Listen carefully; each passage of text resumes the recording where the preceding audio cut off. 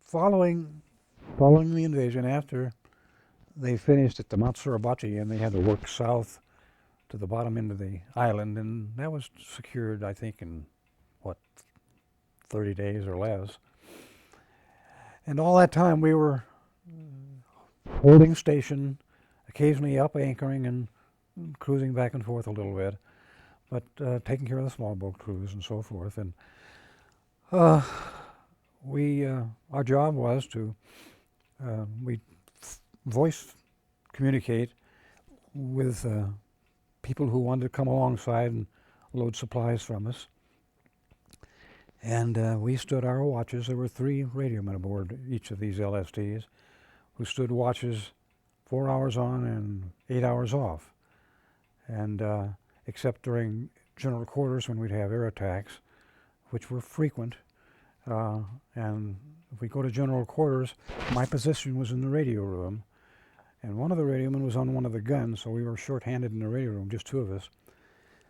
And outside of our radio room, there was a 40 millimeter, twin 40 millimeter gun shooting at these planes.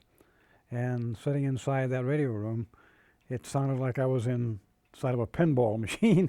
It was pretty noisy. So this is only during the air raids. Yeah, yeah, that's the only time they would fire. And as far as the radio was concerned, we had a 500 watt transmitter, floor mounted, that was tuned up in the old fashioned way of dipping plate voltages and so forth.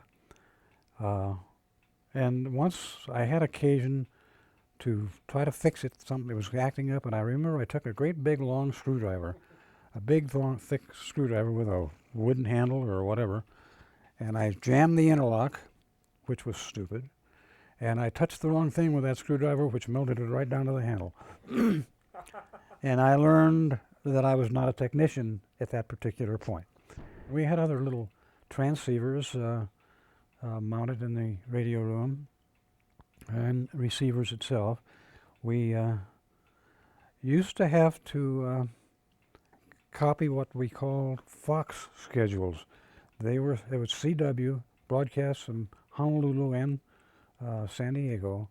There were messages to the fleet that were sent blindly, and you copied all the messages in the headings to see if it was for you, and if your call sign was in there, then the message was for you. Being a small, insignificant ship, I don't think we got more than 1 or 2 that way. But the fighting ships, the cruisers and all of those, they got most of it because they were moved around a lot. The Fox skids were an ingenious thing, really, because it meant that you didn't have to give away your position by giving a roger to a message or whatever. And but it was a task. You'd sit there for 4 straight hours and type this encoded 5 encoded groups until you'd do it kind of in a trance. I can recall filling up a long page of 5-letter groups and coming to suddenly and wonder how I filled that page. You just did it in a trance after a while. Not always. You just read CW just like you did it unconsciously, kind of. Well, that's right. For example, you'd get coded 5-letter groups. It didn't make any sense. It hadn't been broken down and decoded. But they were these 5 groups. It was just a rhythmic thing, and pretty soon you were typing and you didn't know you didn't pay any attention. It was automatic. And as I say, I filled up pages of that stuff and without even knowing how I did it. I looked down and there it was, and I've even typed off the page. Get to the end of the paper and suddenly wake up and realize I was typing on the roller. That was the main function of our radio work, copying Fox skids, and also manning voice circuits there in the where we were operating. And we would get messages from time to time, and generally the messages we would get by voice would be to the whole group. I remember the group's call sign was Prison Wall. No, our call sign was Prison Walls 42. And I forget what the group was offhand. It escapes me, but most of them were that way to tell about air attacks. They had a method whereby If enemy aircraft was in the vicinity, it would be a flash red. Flash blue was, you had to be on the lookout then. Control green, make smoke, darken ship, they were coming in again. Flash red, that means they were overhead. Control yellow, you can go ahead and shoot at anything you see and make smoke. Flash blue, control green, stop smoke, they were leaving. Flash white, all clear. Well, in radio school, by the time one graduated, you could receive messages, if you're any good at all, at about 20, 21 words a minute. Sending was a bit slower because you wanted to have a good fist and do it nice and clear. So maybe 18 was about the speed of. If you tried to go faster than that, you might run them together and get some wise guy in there and say, put a competent operator on duty. that was one of the cue signals they had, and I never got one, but I've known that they sent them out that way. It was a smart-ass thing to do. But just so you had a good steady fist, and at about 18. When I was in radio school, backing up a bit, they had a contest to see who could copy the most characters without mistake. And I have a certificate that said I copied, I don't know, 3,000 or 5,000 successfully without making a mistake. Wow. It was something to be proud of. I have the certificate still. You can show it if you'd like. Back to Iwo Jima. That was about it. We were there for about a month doing the things that I've described, copying Fox Skids, which was CW, voice communications within the harbor, within the area. And then finally, when the island was so-called secured, we were sent to Okinawa, where much of the same thing went on, except in a more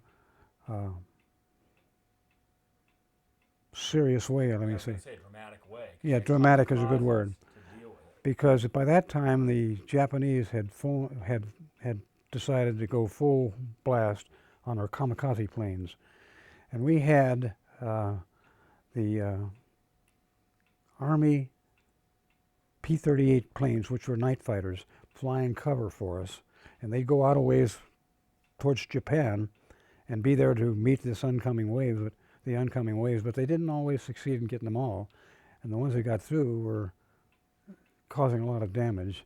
And as I say, I saw nearby an aircraft carrier burning up. It was, I think, as I recall, the USS Franklin, but I can't be sure of that, but I think it was. It had been kamikazed right out of the water. And we had all these planes and shots in the air and all the rest of it. Exciting to look at, but kind of dangerous. Yes, but as a radioman, we had the privilege of tuning into these P-38 fighter pilots' frequencies and listening to them talk back and forth. And that was exciting. I wish they'd put that on television sometime because, well, the language wasn't all that wonderful. But they would talk about this guy and that guy, what he should do, and here comes so-and-so. And it was exciting just to listen to that. And you'd pump that through so everybody. Yeah, and we did. I pumped it through on the public address system so everybody could hear it. And that was, anyway, it was a whole lot like watching a movie, this whole war for me, because even though I was in that so-called dangerous location, we were an insignificant little ship, and I didn't expect any of those planes to go after us. Although there was an experience later on that I'll talk about where we were lucky and someone got it in our place.